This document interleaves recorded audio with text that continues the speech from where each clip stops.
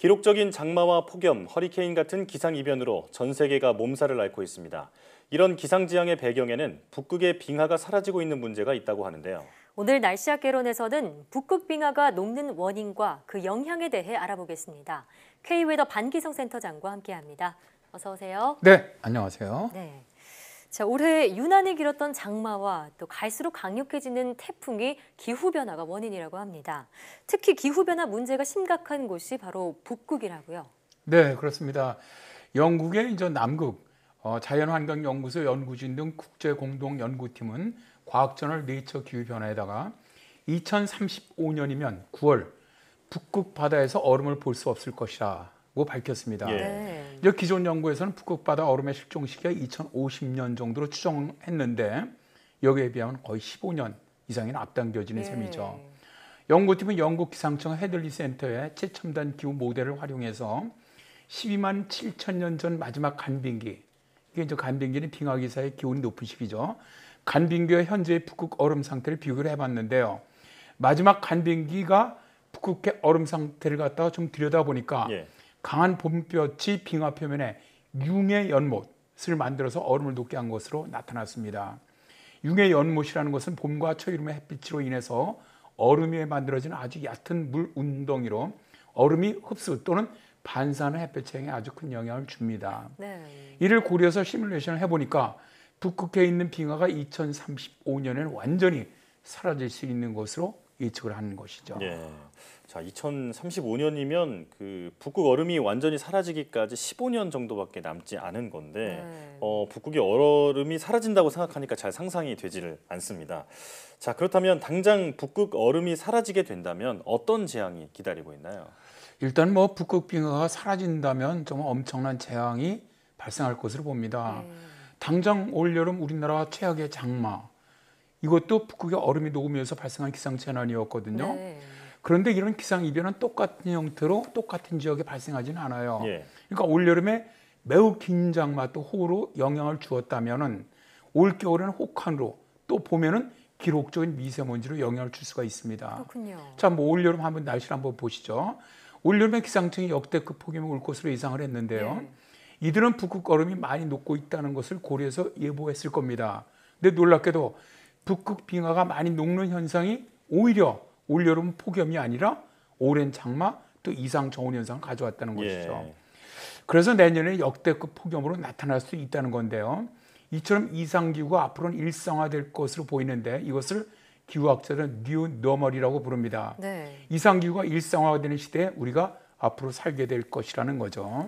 그러니까 북극의 얼음이 녹으면 폭염이나 혹한 혹은 이례적으로 긴 장마와 같은 이상기후가 일상이 될 수도 있다는 건데 문제는 이런 기후를 예측하는 것도 점점 힘들어질 수 있다는 얘기네요. 네, 그렇습니다. 일단 북극은 우리가 살고 있는 중위도 지역보다 기온이 매우 낮지 않습니까? 이 북극의 찬 공기가 남쪽으로 내려오는 것을 막는 것이 제트기류입니다. 제트기류는 이제 북극 지역의 기온과 그 남쪽 지역의 기온 차이가 클수록 굉장히 강해지는데요. 그렇게 되면 강해진 제트기는 원형에 가깝게 북극 지역으로 휘돌면서 북극의 한냉 공기가 중위도 지역으로 내려온 것을 막아줍니다. 그런데 지구온난화를 위한 기온 상승으로 북극 지역의 기온이 올라가게 되면 중위도 지역과의 온도 차이가 줄지 않습니까? 그러면 제트기류가 약해져요. 제트기류의 바람은 온도 차이가 크면 강하게 불고 온도 차이가 작아지면 약하게 불기 때문인데요. 자, 이렇게 이제 제트기류가 약해지면 원형으로 북반구를 도는 것이 아니라 남쪽으로 길게 뱀처럼 내려와서 사행을 합니다. 꾸불꾸불 사행을 하는데, 자, 이렇게 이제 뱀처럼 사행을 하면서 내려온 차가운 공기들은 제트기류가 약해서 동쪽으로 잘 흘러가질 않아요. 그러면서 한 곳에 오랫동안 정체한다고 저희들이 얘기하죠. 차가운 공기 혹은 뜨거운 쪽은 뜨거운 공기가 계속 머무르는 겁니다.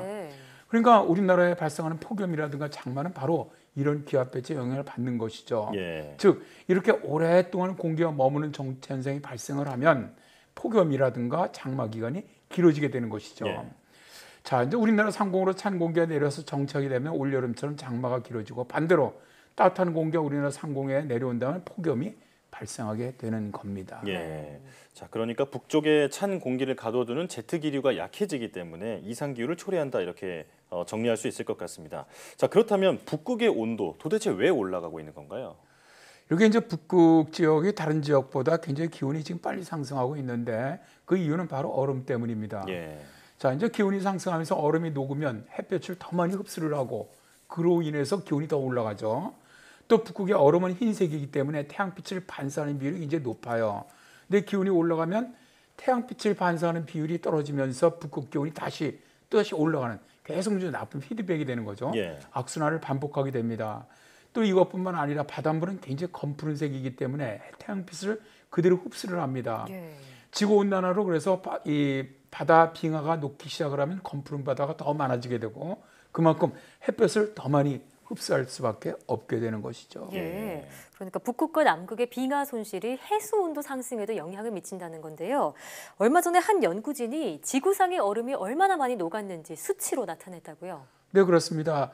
2020년 8월이었죠. 영국 연구팀은 지구 빙권 논고라는 학술지를 통해서 1994년부터 2017년 동안 남극과 그린란드 등 각지에서 얼음 28조 톤이 녹았다라고 밝혔는데요. 예. 이들은 1990년대 이후 20년간 해빙 속도가 연간 0.8조 톤에서 1.2조 톤으로 증가했다면서 지금 이제 온실가스 배출이 계속 늘고 있기 때문에 해빙 속도도 더 빨라질 것이다라고 전망을 했습니다. 네. 자, 이 연구진은 최악의 경우 빙상이 녹아서 세기 말까지 전 세계 해수면이 25에서 30cm까지 더 상승할 수 있다고 경고를 했습니다. 예, 20여 년 동안 28조 톤 정말 어마어마한 양의 그 얼음이 녹았고 네. 또 앞으로 녹는 속도가 더 빨라지고 있다고 하니까 걱정이 됩니다. 자, 만약에 이렇게 많은 양의 얼음이 계속해서 녹아내리면 지구에는 어떤 영향을 주게 되나요? 네, 지금 뭐 지구 온난화로 인해서 이제 지구상의 얼음이 다 녹게 된다면 이는 또다시 지구 온난화를 갖다 부추기는 악순환을 만들어냅니다. 자, 이럴 경우 녹아내리는 빙하와 빙상에서 쏟아지는 차가운 물이 북극과 남극 생태계에 영향을 주고 예. 또 안데스 산맥이라든가 히말라야 산맥 등의 빙하가 녹게 되면 빙하를 식수로 사용하는 많은 나라가 물 부족 위협에 노출된다고 많은 전문가들은 주장하고 있죠. 예. 예. 그래서 이제는 기후 변화가 아니라 기후 재앙으로 불러야 한다 이런 말까지 나올 정도인데요. 우리 삶에 눈에 보이는 위협으로 다가온 지구 온난화 더 이상 방관하고 방치해서는 안 되겠습니다. 네. 지금까지 K웨더 반기성 센터장과 함께했습니다. 오늘 말씀 고맙습니다. 네, 고맙습니다.